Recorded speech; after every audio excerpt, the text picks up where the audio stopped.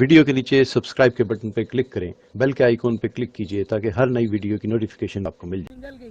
بڑا جھٹکا اور انسانوں پہ موت کا کھٹکا، انسان اس دنیا سے سٹکا، میری محترم ماں بہنوں زمین نے پکڑ کر انسانوں کو زمین خبروں میں پٹکا، ایسا منظر خدا نے دکھایا، بے کفن بے دفن دن حلق زمین نکل گئی، فیملی کی فیملی چلے گئی، مرنے والوں پہ رونے والا بھی نظر نہیں آیا تھا، سارا گھر زمین میں دھس گیا، تو زمین ہل گئی تو سب انسان موت سے مل جائیں گے، ساری جائیدادیں ٹوٹ جائیں گی، بلڈنگاں پھٹ جائیں گے اور حکومت کے نقشے مٹ جائیں گے اور ساری فوجی طاقتیں دنیا میں زمین میں گھٹ جائیں گے۔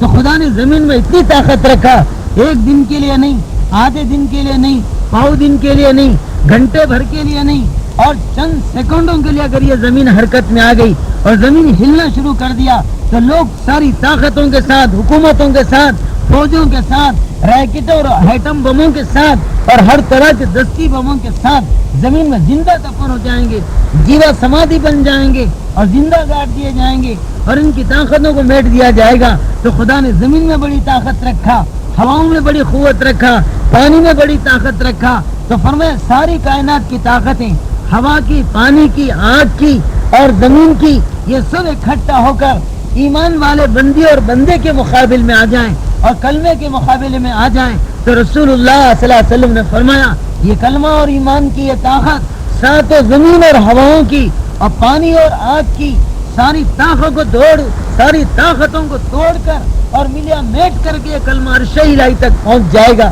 اور آسمانوں کی طاقت کو توڑے گا، زمین کی طاقتوں کو توڑے گا، ساری طاقتوں کو میٹے گا، میٹ کر یہ عرش تک پہنچ جائے گا۔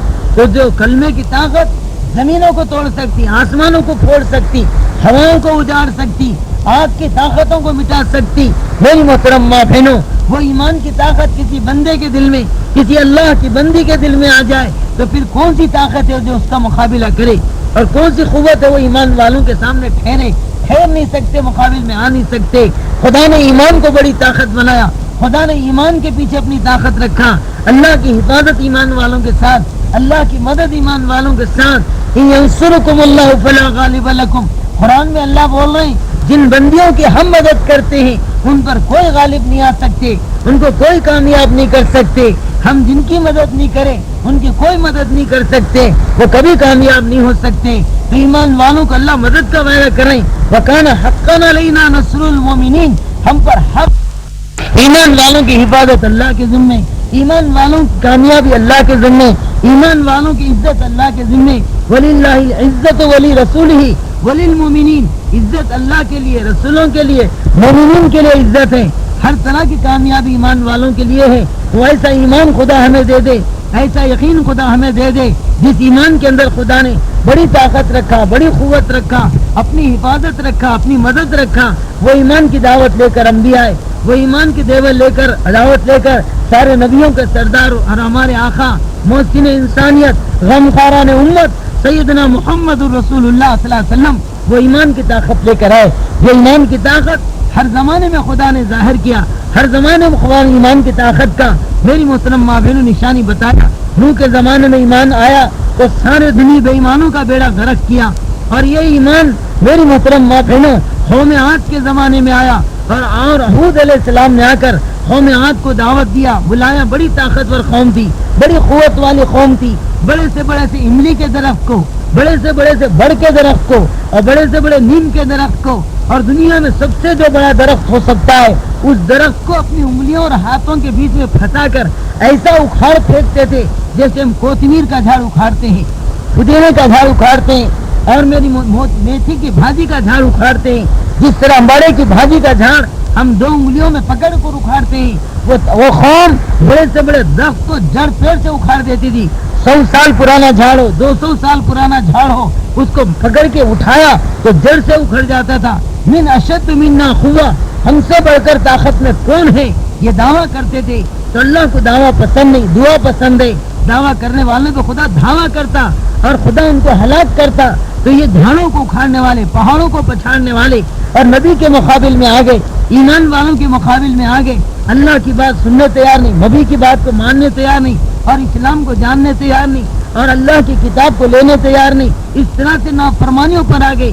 تو پھر یہ کلمے کی طاقت خدا نے ظاہر کیا، اور اس قوم کو ناکام کرنے کے لیے خدا نے تیز ہوا چلایا اور ہوا میں پتھر برسائے اور پتھرے ان کے لیے خطرے بن گئے، اور دیکھتے دیکھتے وہ قوم میری محترم ماں بہنوں پتھرے کا حوالہ اور موت کا نوالا بن گئی۔ خدا نے اپنی طاقت ظاہر کر کے دکھایا، اتنی بڑی طاقتور قوم کو جو زمین کو اکھاڑتے تھے اور بڑے بڑے پہاڑوں کو میٹتے تھے، اس قوم کو خدا نے میری محترم ماں بہنیں اس طرح ہلاک کیا۔ اور بہت سارے واقعات پچھلے زمانے اور قوموں کے اور نبیوں کے ہیں، ہر زمانے میں ایمان کی طاقت ظاہر کی گئی۔ سیدنا ابراہیم خلیل اللہ علیہ نبینا علیہ الصلوۃ والسلام جو ہمارے نبی کے جد امجد ہے، اور ان کے خاندان میں سارے انبیاء، اور ان کے خاندان میں اسماعیل علیہ السلام، اور اسماعیل کے خاندان میں محمد رسول اللہ صلی اللہ علیہ وسلم ہے۔ ابراہیم خلیل اللہ علیہ السلام سارے نبیوں کا مرکز ہے، سارے نبیوں کا محزن ہے، سارے نبیوں کا سنٹر ہے۔ دو بیویاں اور دو بیٹے، دو بیٹوں میں سارے انبیاء کی نسلیں۔ اسحاق علیہ السلام کے خاندان میں سارے بنی اسرائیل کے انبیاء، 1,00,000 سے زیادہ اسحاق علیہ السلام کی اولاد انبیاء بنی، اور اسماعیل کے خاندان میں صرف محمد رسول اللہ صلی اللہ علیہ وسلم نبی بنے۔ تو نبیوں کا مرکز ابراہیم خلیل اللہ علیہ السلام کے زمانے میں ایمان کی طاقت کا مظاہرہ ہوا۔ وہ ابراہیم علیہ السلام پیدا ہونے والے ہیں، نمرود ساری دنیا پہ چھایا ہوا تھا، پوری دنیا کی انٹرنیشنل حکومت اپنے ہاتھ میں لیا ہوا تھا، اور اس کے کان میں یہ بات ڈالی گئی تیرے ملک میں ابراہیم نام کا ایک بچہ پیدا ہوگا، اور وہ تیرے خاتمہ کرے گا، تیری حکومت اور تیری طاقت کو پامال کا ذریعہ بنے گا، اور وہ تیرے خاتمہ کرے گا، تیری حکومت اور تیری طاقت کو پامال کا ذریعہ بنے گا۔ نمرود نے کہا پوری دنیا میرے ہاتھ میں اور پوری رعایا میری بات میں، میں فیملی پلاننگ بناؤں گا اور بھرت کنٹرول لگاؤں گا، بھاریاؤں پر بھرتا کو کنٹرول لگاؤں گا کہ فلاں رات میں کوئی بھاریا کوئی بیوی اپنے شوہر کے پاس جائے نہیں، اور ابراہیم دنیا میں آئے نہیں، اور ہماری قدرت ہماری طاقت ختم ہونا نہیں، یہ سمجھ کر اس نے فیصلہ کیا، قانون بنایا اور ساری رعایا کو جمع کیا، عورتوں کو ایک ڈوڈی میں بند کیا، مردوں کو ایک کھوٹری میں بند کیا، دونوں کی باؤنڈریاں بنائی، ساری دنیا کے عورتوں کو ایک باؤنڈری میں بھر دیا، ساری دنیا کے مردوں کو ایک باؤنڈری میں بھر دیا، بھرت کنٹرول کا قانون نافذ کر دیا۔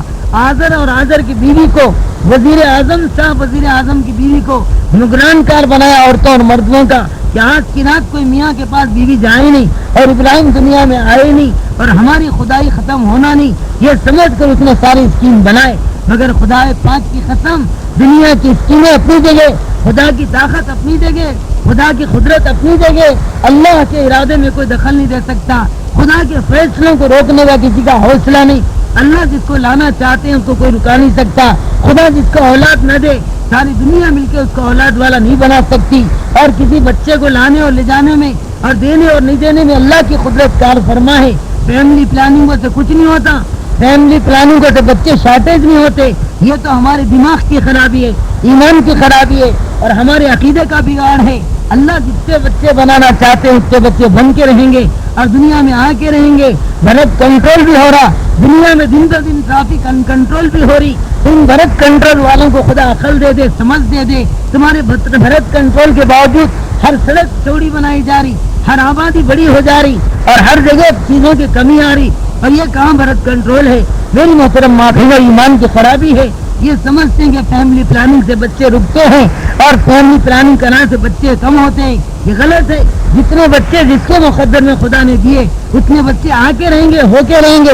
اگر فیملی پلاننگ ہوا تو اسکیم ناکام ہو کے رہے گی۔ تو بہرحال بچہ بنتا ہے خدا کی قدرت سے، اور بچہ نہیں ہوتا بھی خدا کی قدرت سے۔ تو نمرود نے ساری انٹرنیشنل قانون بنا کر انٹرنیشنل طاقت استعمال کیا اور پورے عالمی قوت کا استعمال کیا۔ پورے ہر عورت کا بچہ روکنا نہیں ہے، ایک عورت کا بچہ صرف ایک رات میں روکنا ہے، اور ایک ہی بچے کو آنے سے روکنا ہے۔ تو ساری کوششیں اپنی جگہ، ساری محنتیں اپنی جگہ، ساری قوتیں اپنی جگہ، ساری پلاننگ اپنے جگہ، اور سارا بھرت کنٹرول اپنے جگہ، اور بادشاہ کا قانون اپنے جگہ، اور اس کا حکم اپنے جگہ، مگر خدا کی قدرت اپنی جگہ۔ جس بچے کو نہیں سمجھتا تھا اس بچے کو خدا نے، جن کے بارے میں اس کا گمان بھی نہیں تھا، نمرود کا ایمان بھی نہیں تھا، اس کا انٹرنیشنل اور عالمی وزیر تھا آذر اور ان کی بیوی، انہی کے خاندان میں، انہی کے پیٹ میں خدا نے ابراہیم کا بیج ڈالا اور ابراہیم کو جنم دیا۔ ابراہیم خلیل اللہ علیہ السلام پیدا ہو گئے۔ نمرود نے قانون بھی بنایا، بھرت کنٹرول بھی لگایا، پورے سب کو جو ہے میری محترم ماں بہنوں، اور لا کر جو ہے فیملی پلاننگ کے کیمپوں میں بھی جمع کیا، اس کے باوجود ابراہیم پیدا ہو گئے اور خدا کی طاقت کے ساتھ آ گئے. اور پھر ابراہیم خلیل اللہ علیہ السلام کے ساتھ بڑی آزمائشیں ہوئی، بڑے خدا کے طرف سے آزمائشیں کی گئی، بڑے پیدا ہوئے بڑی آزمائشوں سے، بڑے ہوئے جنگل و بیابان میں، ماں باپ کے آغوش میں نہیں رہے، جنگل و بیابان میں چھوڑ دیے گئے، اور بڑے ہوئے خدا کی قدرت سے.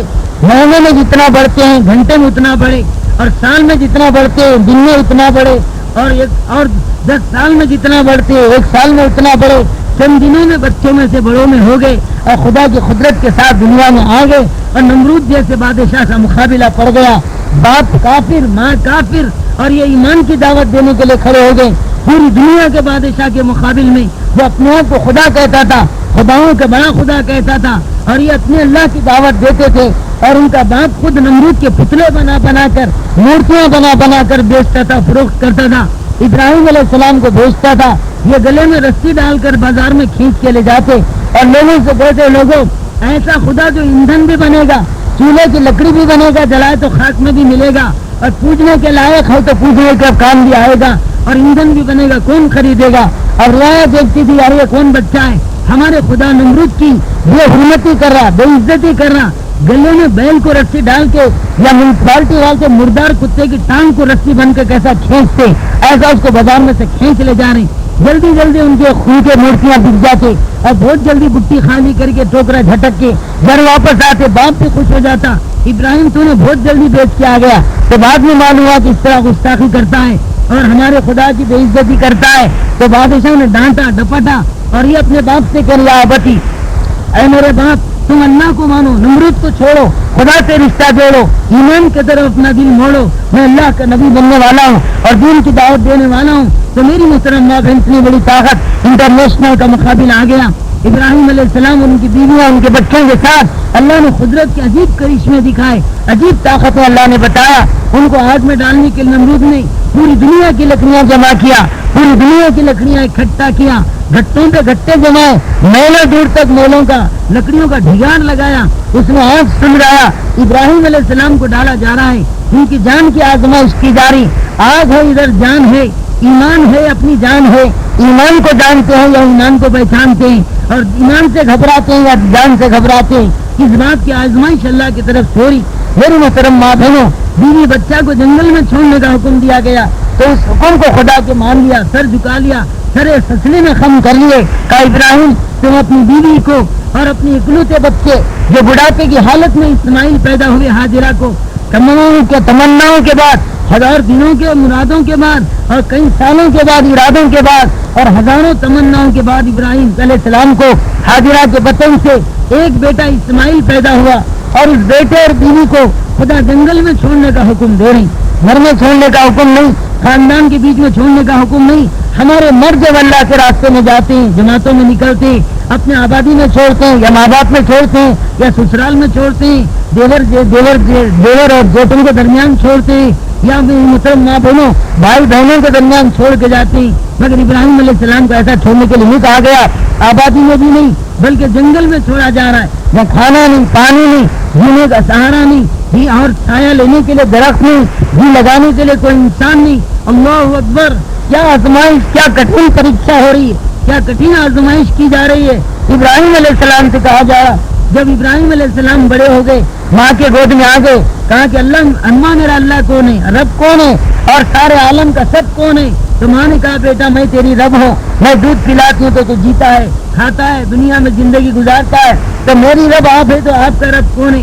تو تمہارا باپ ہے، یہ تنخواہ لاتے ہیں، تم کھاتے ہیں اور دودھ پلاتے ہیں. پھر ابا کے رب کون ہے؟ تو کہا نمرود ہے، وہ تمہارے ابا کو تنخواہ دیتا ہے، وہ لاتے ہیں. تو نمرود کا رب کون ہے؟ تو منہ بند کر دیا ابراہیم علیہ السلام کا ماں نے. آخر کی بیوی نے، بیٹا ایسی بے ادبی نہیں کرنا، ایسی گستاخی کا الفاظ نہیں بولنا. نمرود کا رب کون ہے؟ وہ تو سب کا رب ہے، وہی سب کچھ ہے، اس کے بارے میں تم کہتے اس کا رب کون ہے؟ کہا کہ نہیں، غلط نہیں، یہ غلط ہے. نمرود رب نہیں ہو سکتا، وہ ساری کائنات کا سب نہیں ہو سکتا. وہ کھاتا بھی ہے، پیتا بھی ہے، سوتا بھی ہے، پیشاب پاخانہ بھی کرتا ہے، غفلت بھی اس کو آتی ہے، اونگ بھی اس کو آتی ہے. لا تاخذوہ سنۃ ولا نوم. اللہ کی شان یہ ہے کہ اس کو اونگ نہیں آتی، کبھی نیند نہیں آتی، اور کبھی خدا سو جاتا نہیں، سب کو سلاتا، کھاتا کبھی نہیں، سب کو کھلاتا. اور پہنتا کبھی نہیں سب کو پہناتا اور جیتا صبح اور سب کو جلاتا اور سب کو زندگی چلاتا، وہ خدا ہو سکتا ہے، یہ خدا نہیں۔